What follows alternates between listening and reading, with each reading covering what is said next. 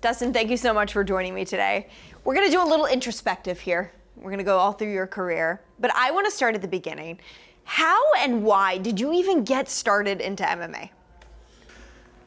I'm not even sure. I wrestled, wrestling's not huge in Louisiana. It's football and baseball. So wrestling, they have it at high schools and stuff, but my mom put me in wrestling when I was 9 years old.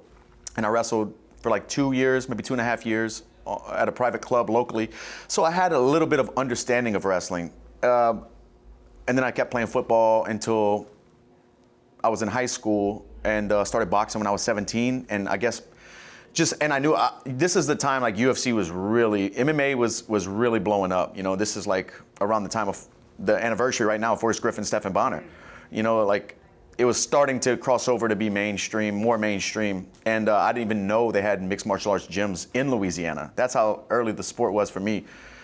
And I ran into some guys who were training their boxing for mixed martial arts at a boxing gym. And I was like, no way, where you guys train? You know, there's an MMA gym somewhere, and went to their gym and never went back to the boxing gym. That's amazing. Yeah. Would you say that athletics is popular in your hometown of Lafayette, Louisiana? Oh my God, yes. I mean, football is, it's die hard out there. LSU, New Orleans Saints, even the Raging Cajuns, UL, University of Louisiana. Football is like religion in the South. So how were you as a football player? Good. Honestly, I probably would have been a lot better if I would have went to school. But I was good at an early age. Okay, tell me about your hometown. How did Lafayette shape you into the person that we see today? I feel like it's so repetitive because I've been asked this question, but I say the same thing every time. It's a lot of blue collar people, a lot of hard workers, and a lot of manual labor being done out there. Like people know how to work hard. And we have a great sense of community. That's why I moved back when my daughter was born. I wanted her to be raised where I was raised. People, Lafayette, Louisiana loves Lafayette. We support local. And I think that's important to have that sense of community, especially raising a kid. How would you say that sense of community kind of took a kid who had a little bit of trouble growing up in those younger years into this figure in the community that we see today? You're constantly doing things to improve those in the community. How did they help shape that transition in your life? I just, I think a big part of it was my mother. Growing up, my house was a foster home, so we had kids in and out living with us, and just trying to leave the place better than you found it is kind of just ingrained in me over the years with my mom and with having good people around me. So that's just been my mindset the whole time. But giving back to the community and doing things like that just kind of really happened organically. Actually, I was living here in South Florida, and I was getting ready to move back home, and I had all this fight. We're packing up stuff, filling boxes, putting it in a U-Haul, and you know how it is being married to a fighter. I had drawers filled with shorts, from 10 years ago in fights, and gloves, and a police officer lost his life in the line of duty right by the high school me and my wife went to. And he left behind a wife and kids, and I was like, you know what? I found out about it during the move, and I was like, well, we're packing all this stuff up. What if I auction this off? So that was the spark that started the whole thing. Wow. Absolutely incredible. And I know you're impacting that community that you grew up in, but so many others around the country as well. The final fight is not in Lafayette, but it's not that far. It's in New Orleans. It's in your home state of Louisiana. What was it like to be able to get that done? It was tough. And it's been an ongoing battle for months and months and months. Having to bite my tongue who you fight next? Are you going to retire? Where's it going to be at? Who's it going to, But behind the scenes, just getting Louisiana on board, getting the governor on board, the UFC, even making them interested in coming back to Louisiana, it's tough. These guys have a schedule. They're planned out for the year. There's so much more than goes on behind the scenes that people know, but we got it done. Is it going to be extra special because it's there? Yeah, for me, I've only fought one time in my home state in the UFC, and that was 10 years ago. Daniel was supposed to be on the card. I think maybe Dan Henderson fought. It was great. That was like one of my best times ever because I have a lot of family and friends who don't have the means to travel all over the world and go to these fights. But this one, and it being my last one, being home in Louisiana, New Orleans, it's incredible. Listen, I've seen the reaction for you at Saints games, and that's a totally different sport. I can't even imagine what it's going to be like for you to actually compete and be the guy on top of the marquee there. I'm so excited for you because just the reaction that you get in New Orleans, I mean, outside of competition itself for something totally different, it's massive. Thank you so much. Yeah, I carry the Louisiana flag proudly, and like people from there know I do. So I think that's why I get the support. And I've been fighting a long time. They've got to watch my journey, but bringing it home and where it all started, I love Louisiana. New Orleans is a special place to me. And I wear it proudly that I'm the reason UFC is coming back to Louisiana. I'm proud of that. Yeah, as you should be. Now, this is really weird because I've known you for so long, and yet I have no idea how you got the nickname The Diamond. Crazy Tim Crater. Do you remember Tim? Yeah, I love Tim Crater. Yeah, he used to train in his gym, right? Yeah. I mean, he was my first real jiu-jitsu instructor. Longtime friends. I cornered him in the UFC in some of his fights, but he gave me the nickname. I actually got signed to the WEC. I fought amateur and pro and never had a nickname. And WEC sent a form over. I don't even think I had a computer. I had to fill it out at his office at the gym. And he was filling it out, and it had a spot for a nickname. And he put it in and sent it. That's exactly how it happened. I actually love that. Yeah. You mentioned the WC. I love the WC. I'm one of the last guys. Yes. I was just talking about this with somebody the other day. I was trying to think, well, if Cerrone comes back, but who else is in the UFC right now? I mean, that's an excellent question. Because at a point, there was only like 3 people left, I thought. That's a great question. I mean, the blue canvas representative. Oh, man, I have some of those blue gloves. I'm never going to let them go. No, I know. They're the ones that stay in our house, too. Yeah. You make your debut in 2010, and you're 7-0 at this point. The WC was the home for smaller guys. This was one of the big organizations before they merged with the UFC. They were still owned by the UFC. But you come in here and you get signed to this big promotion finally after, putting together some massive wins. What was that experience like for you?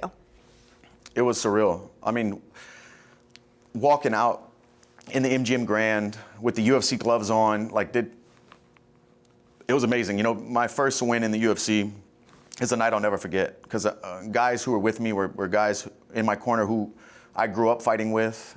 We've been training partners for a long time, and it was crazy. I was just looking back on it like I was just a kid. I'm thankful for the journey, but my first fight in the UFC, that night I'll never forget. UFC 125 also, that was like an amazing card. Yeah, Frankie fought Gray. Mm-hmm. I mean, it was a great card. Yeah, so did you feel like you were nervous when these bigger opportunities came about? What was mentally going through your mind? You have the WC, then you guys merge officially with the UFC. You make your UFC debut on January 1st. Was it? Yeah. What was it like for you? In terms of like personal growth in those experiences. It's tough to say like the mindset I was in back then, but I was young and really believed I was the best in the world. And ignorance is bliss. So I didn't overthink it, honestly. I overthink things now more than I did back then. I was just going with the motion, fighting. It was another fight. It was a big deal in the UFC, obviously. But, and I stepped in for, Aldo got hurt. The guy I made my debut against was the #1 contender. This is before rankings. He was gonna fight Aldo. Aldo got hurt, and I don't know if they thought I was a tune-up fight or let's keep him busy. But I had a huge opportunity here to come into the UFC fighting the #1 guy and really make a name for myself. It's incredible. And you did it like it was not even a thing. Yeah, unanimous for sure. I would have liked to put him away, but. Fair enough. I mean, when you made your WC debut, though, that was when the first time you ever suffered a loss professionally. Yeah. Was that hard to deal with? Very. And you know what? Just flying to Vegas. I've never been to Vegas, really. So flying to Vegas, fighting at a casino, this was a big deal to me.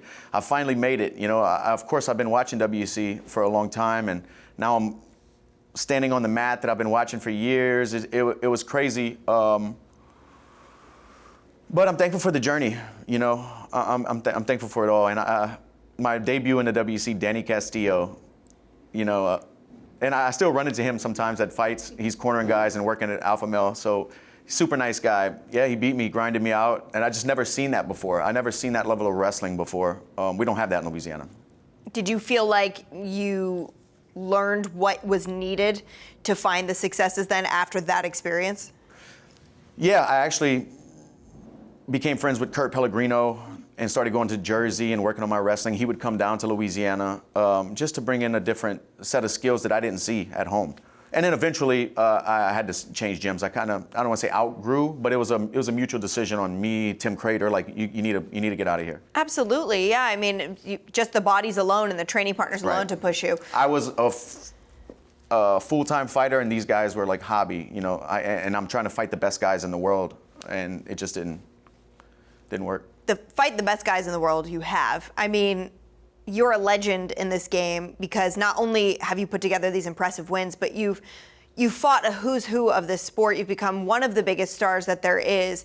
I want to talk about some of the opponents that you've faced. There's kind of a recurring theme with a couple of them, but like Max Holloway, this is a guy that you faced. I remember the first time you two fought, and it was so interesting.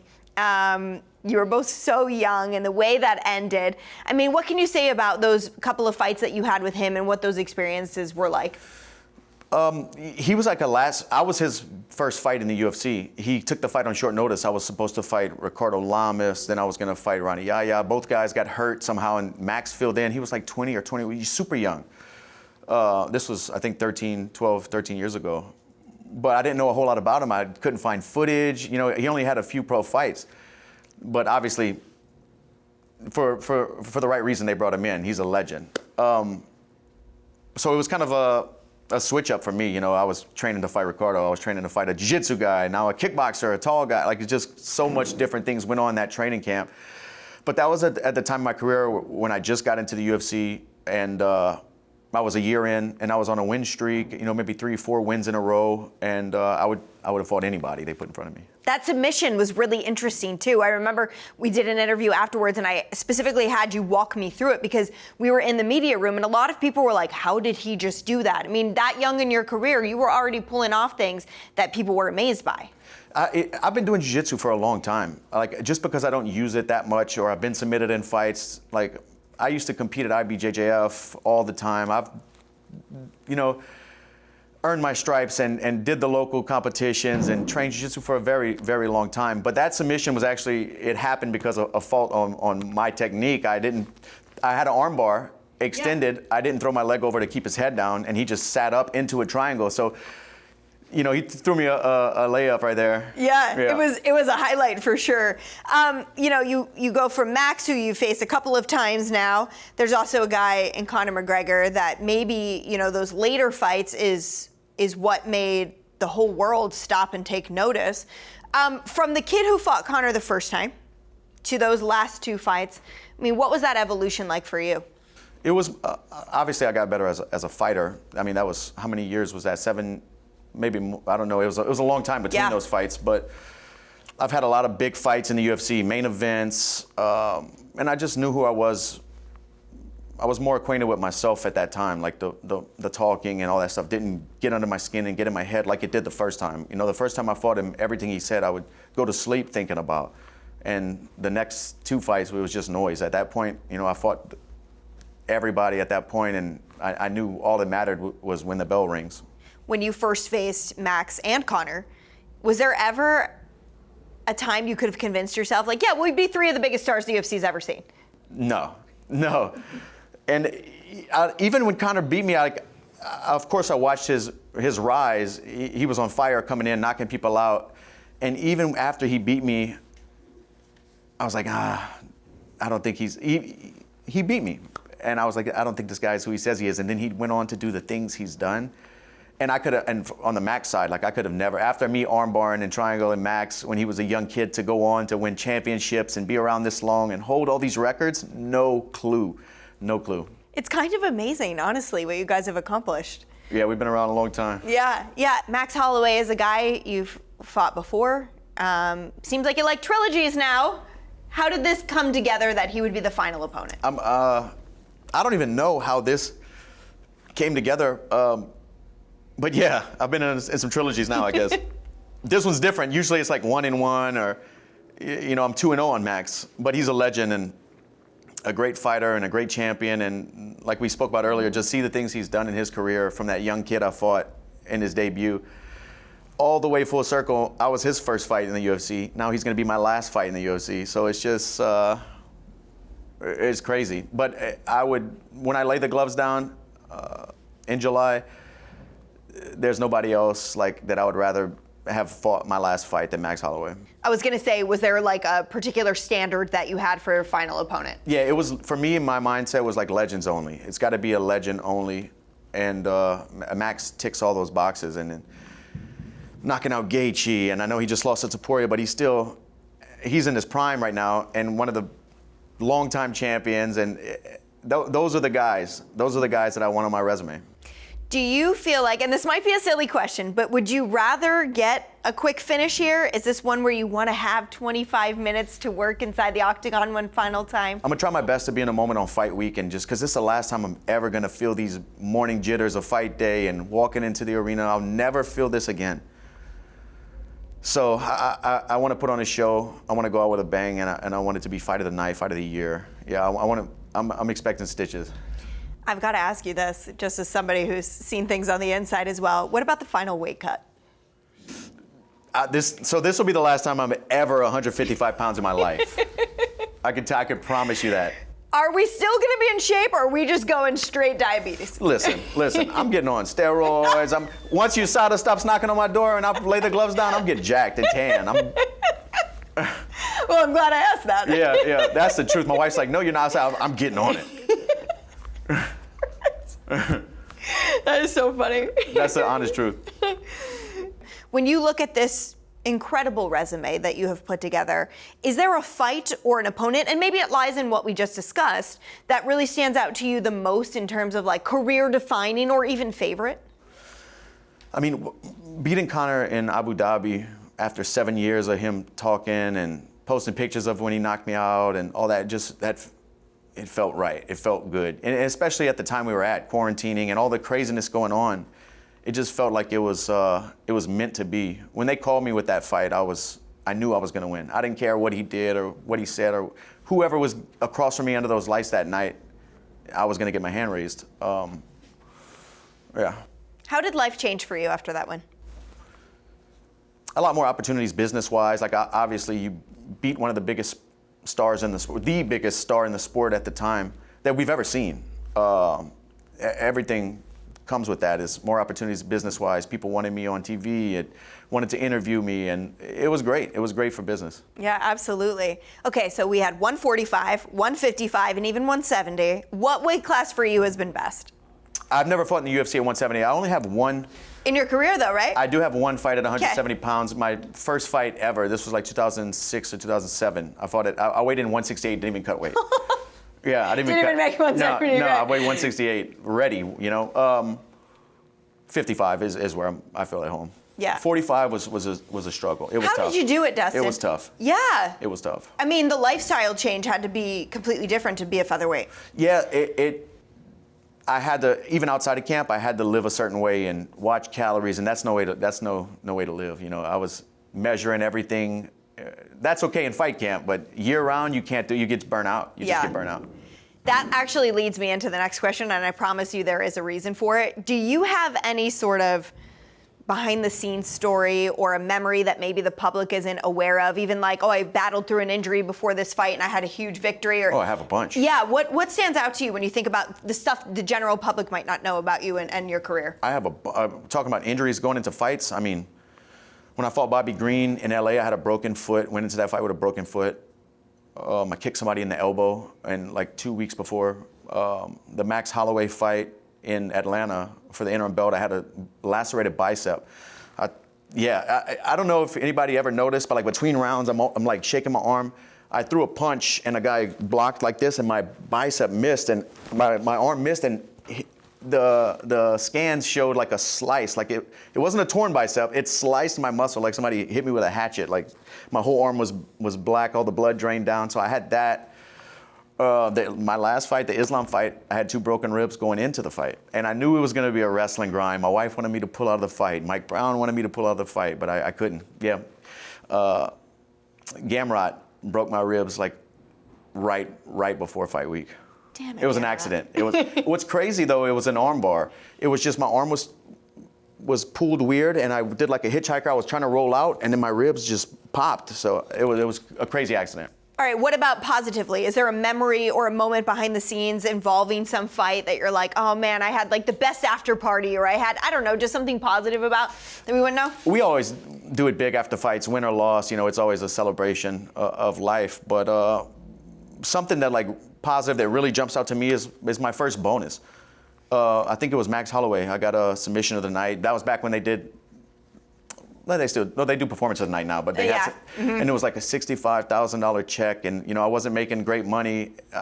My wife was in school. I had bought a house. Like getting that check, getting out of debt, paying off my wife's car. Like Lorenzo, this was back in the day when he'd come in and give you a check handwritten, and just unbelievable. A young kid. To see that $65,000 was life-changing for me at that time. The Fertittas definitely changed a whole lot of lives by the way they handled some of those things. Yeah. I just have to tell you, the reason I even brought up this topic is we were talking about weight classes, and something that will always stand out to me was you and the gum. When you were fighting at 145, and I've told you this before, but you were fighting at 145, and you would tell me about the flavored gum that you found. Because that's all I could have. Yes, and it was like you were describing a full meal to me at this great restaurant, but it was like one tiny little trident of a flavor that like you found online. Then they started making like dessert ones. They had like key lime pie. I'm like, oh, this is the best. Yes, and you were genuinely like so pumped about it. No, it was for real. Yes. I was barely eating. I was, yes, man. I'll never forget. And I just remember thinking like, oh my God, he's got to eat soon. But yeah, you mentioned Jolie. I mean, everybody who's been around you has been around Jolie through your entire career. She is honestly just such a gem. She's such a light whenever she walks into the room, but she is somebody that has been by your side since well before you even found success inside the Octagon or the WC. To have her be in that passenger seat through this whole journey, what has that been like? It's, I can't even put it into words, but what I have with my wife, the journey of fighting and self-discovery through fighting and just life is like I could never do this again with another person. We have something that can never be replicated in my life. Like it's something that I hope everybody finds. She's my best friend. What would you say is good advice for a partner who is maybe watching this and their significant other is, whether it's MMA or something else at a high level, they have these dreams and aspirations? What do you feel like Jolie is able to do right and bring to the table for you to be supportive? For me, she's always been an anchor. She's always been an anchor. Like when I was a young kid fighting, we moved in together at 18 years old. So I had a reason to be home, not partying. I had a reason, she's always been an anchor for me. And she's believed in me. I've said this before, more than I believed in myself at a lot of times in my career. I don't want to get emotional. No, me too. Yeah, she's my best friend, Yeah, and she is the best. And so is Sweet Pea. Yeah. We love Parker so much. It was really special when you brought her to New Jersey. She's flying out here. I can't wait, because I love being around her. She's just like the coolest kid, and she gets it. But when she was born, you were still young in your career. I mean, what was that like to I was in fight camp when she was born. What was that like? It was everything changed. Everything got kind of put in perspective. Like after becoming a father, I realized like fighting was who I was and what I did. And after becoming a fighter, I realized that fighting is just something I do. It's not everything. Yeah. The day she was born is the best day of my life. I bet. Yeah. What if she says, Dad, I think I want to fight? Nah. What's crazy is the day she was born, it was the rematch with Nate Diaz and Conor McGregor. I got like some food dropped off at the hospital. She was born a few hours ago. We're in the hotel room. I'm watching pay-per-view in the hotel room. So she's born into fighting. She doesn't want anything to do with it. Yeah, no. She doesn't want anything to do with it. Smart girl. Yeah. Smart girl. You have always had such a good perspective on fighting and on wins and losses. Do you feel like truly, with all of these victories you've had and these massive opponents and these huge shows, do you ever feel like you truly let yourself celebrate the wins?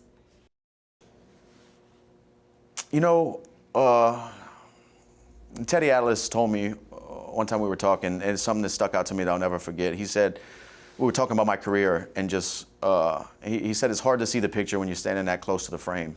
And I feel like I'm still close to the frame. So one day I hope I can step back and really look back at the stuff I've done and really be grateful. I'm great, not that I'm not, but really from where I came from to where I've made it in fighting and the guys I fought, I think one day when the smoke clears and I'm really done fighting, I can look back and be proud of everything, you know.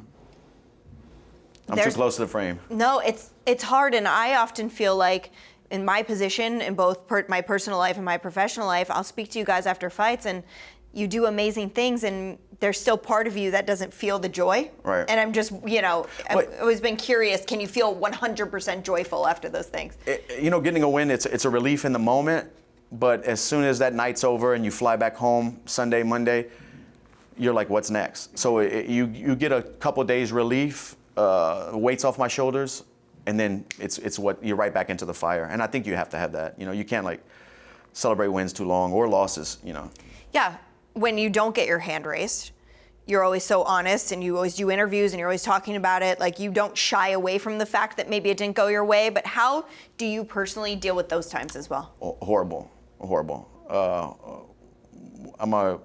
Everybody's their own worst critic, but I beat myself up.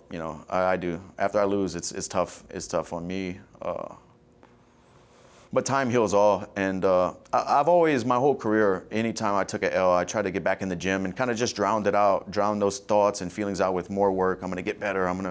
I'll be back in the win column.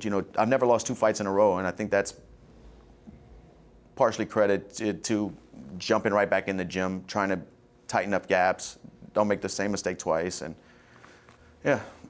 What would your advice be to the next generation of fighters who want to live this lifestyle, but they're going to face the challenges of both the highs and lows of this sport?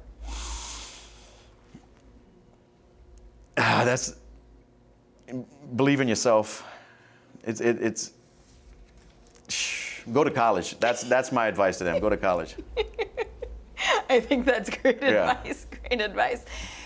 As you think about the final bow, the final walk to the octagon, it's hard no matter what. There'll be good and bad no matter what during fight week, but what goes through your mind right now as you think about making the last walk to the UFC octagon? I'm scared of it. It's bittersweet, I've done this longer than I haven't. And what really I beat myself up, I want to say beat myself up, I spin my wheels for sure. I think about it all the time. It's like, I know I have a lot more to give. I'm leaving a lot of money on the table. I'm leaving great fights on the table, but it's like, am I going to be that's the reason I'm walking away. Is like, am I going to be the world champion? To get another title shot, I've had 3, right? I mean, to get another one is going to be tough. And I don't know if I have it in me to put together that win streak but I have great fights left in me, so I'm walking away I think about my best right now. I just fought Islam tooth and nail, had a great fight, and I feel like I can still beat it. I can beat him, I think. But it's just time. I'm a father. I want to have another kid. I want to do things outside of the octagon. And if I'm not going to be the world champion, then I'm just showing up for a paycheck, and that's not who I want to be. Of course, the money's great, but I don't want to disrespect the sport like that and hold up the rankings. And if I'm fighting, it's always been to be the world champion, to be the best in the world. And maybe I'll hit the ceiling and my ceiling. And I don't want to just fight for a check. I want to be the best. So it's bittersweet. I'm still digesting it all, and I'm sure I will for a long time. No, absolutely. And I think it's really admirable to share that perspective as well. Do you think that you will still be involved in mixed martial arts in some capacity, or do you want to ride off into the sunset and never see anybody around the sport again? No, I love the sport. I watch every fight, not just UFC, every organization, I watch everything. I'm a huge fan of the sport, and I love it and always have been.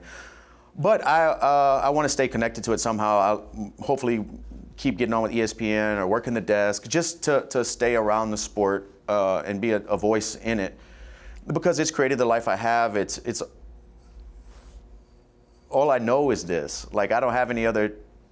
So speaking about it and being connected to it is something that's important to me. But I don't know if I'm ever going to open a gym or anything like that. That's not like a passion of mine. But I would love to help fighters. I still go back to American Top Team and help guys with fights, and local guys in Louisiana, their upcoming fights. I try to help out as much as I can, because this fighting was a vehicle to become who I am now and to get me out of where I was. And I know it can be that for other people. So I want to, support them in that journey into the unknown of fighting. You know, it's beautiful when it works out, and it's beautiful when it doesn't if you embrace it all.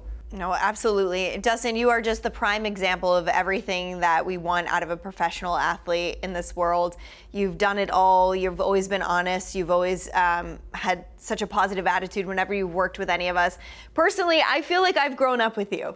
I'm really sad I won't be at your fight. I mean, for good reason. Right. But I'm very sad I won't be there because it's been truly the greatest honor to work with you in all of these different capacities, to watch your family grow, to see all of your successes, and when even things didn't go your way, the class in which you carried yourself. You are a shining example. We are all lucky to have worked with you and to watch your career. And I think we're all really proud of you and really excited for whatever the next chapter is. Thank you so much. It really means a lot to me. That type of stuff, what you just said, means more to me than the fight records and stuff. Like, just keep pushing. I'm glad. Well, if he's born on the day of your fight, maybe he'll be like the diamond or something. Let's go. Let's go.